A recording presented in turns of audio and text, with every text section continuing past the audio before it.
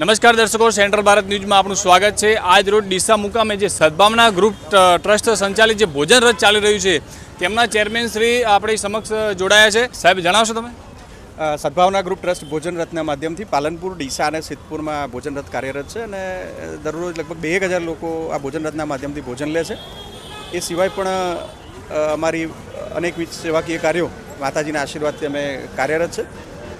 ઘણા સમયથી આ સદભાવના ગ્રુપ ટ્રસ્ટ એ સેવાકીય કાર્યો, આત્મસંતોષ મળે એવા સેવાકીય કાર્યો કરી રહ્યું છે ઉત્તર ગુજરાતમાં। એનો સવિશેષ આનંદ છે। સર, જણાવશો કે તમે જે અહીંયા લખાણ લખ્યું છે 365 દિવસ એક પણ રજા સિવાય, તો શું આ સાચી વાત છે? 365 દિવસ આ ભૂખ્યાને ભોજન તમે પીરસી રહ્યા છો? હા, અમે નહીં, એ તો માત્ર નિમિત્ત છીએ।